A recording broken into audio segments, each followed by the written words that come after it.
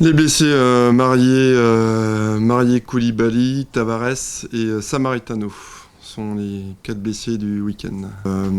Elle a fait du bien parce qu'effectivement pour sortir un petit peu de cette spirale un peu négative là, donc on a coupé avec la compétition.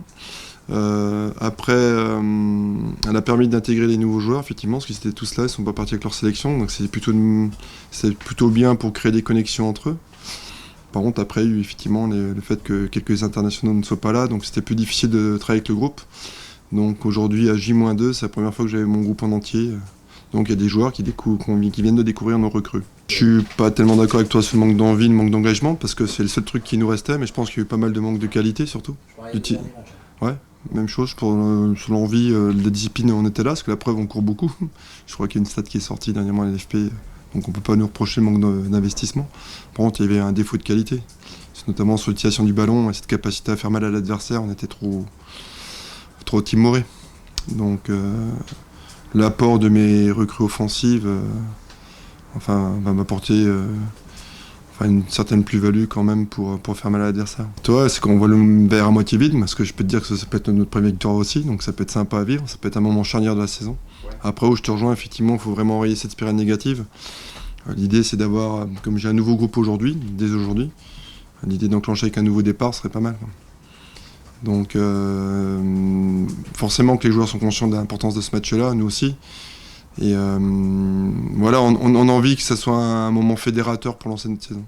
Alors les groupes sont différents, donc faire un rappel sur ce qui se passait dernière, c'est peut-être pas utile. Malgré tout, l'ADN de Nîmes, comme tu le rappelais, reste le même. C'est une équipe qui se projette très très vite vers l'avant et qui a de la qualité, notamment sur ses éléments offensifs, notamment Ferrat qui fait un gros début de saison, petit Philippe Otto qu'on a connu chez nous, que j'ai vu qui est sur 2 bonnes prestations, je trouve. Et puis Ripard qui est aussi une des révélations du championnat l'année dernière, donc ils ont des arguments à faire valoir. Et notamment c'est une équipe qui se projette très très vite vers l'avant et qui avait contré Dijon à maintes reprises l'année dernière. Donc on va essayer d'éviter de se faire contrer à domicile pour samedi, ce serait pas mal. Alors sur le manque de concentration, effectivement, ce qui me gêne c'est dans les zones cruciales, quoi. Donc de chaque côté du terrain c'est gênant.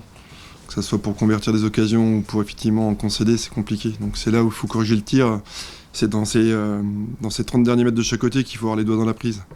Hein, c'est vraiment des moments où on appelle ça des bulles de concentration pendant un match, et c'est là effectivement si on doit être concentré, c'est à ces moments-là.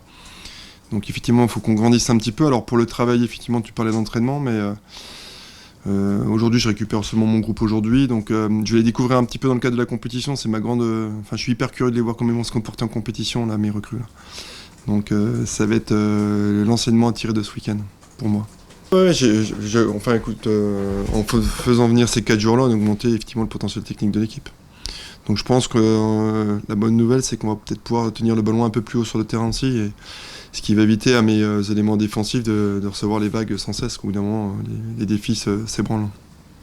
Oui, voilà, parce que donc c'est des joueurs qui ont. Alors, le petit Chouillard ne s'était pas entraîné pendant 10 jours avec Lens, donc forcément qu'il y a un petit déficit d'entraînement qu'il a fallu rattraper. D'autres, même si c'était dans des groupes d'entraînement seniors, n'ont pas forcément multiplié les matchs, donc ils n'ont pas forcément le rythme de la compétition. Donc on a un peu un niveau de forme disparate, qu'on va essayer d'homogénéiser sur la durée malgré tout, parce que c'est pas en une semaine que tu le fais, mais ils sont aptes à démarrer. Écoute, on va pas se travestir parce qu'effectivement, si on a fait venir des joueurs de ce calibre-là, c'est pour produire du jeu. Donc on va s'appuyer dessus. C'est comme tu dis, c'est un peu l'ADN du club. Après, effectivement, il faut aussi qu'on ait conscience qu'il y a 2 temps au football. Il y a un temps où on a le ballon et le temps où on l'a pas, quoi. Et le temps où on l'a pas, effectivement, des fois on manque un petit peu de coordination de course défensive pour réduire les espaces et puis être agressif sur le porteur de balle. Mais après, j'ai tendance à penser que pour faire mal à l'adversaire, il faut bien utiliser le ballon. Si on ne fait que le rendre, ça peut être compliqué sur la durée. Donc voilà, on va pas modifier complètement notre projet de jeu depuis le début, qu'on essaie de mettre en place depuis le début de la saison. Sauf que je pense qu'on a les arguments éventuellement pour le mettre en place aujourd'hui.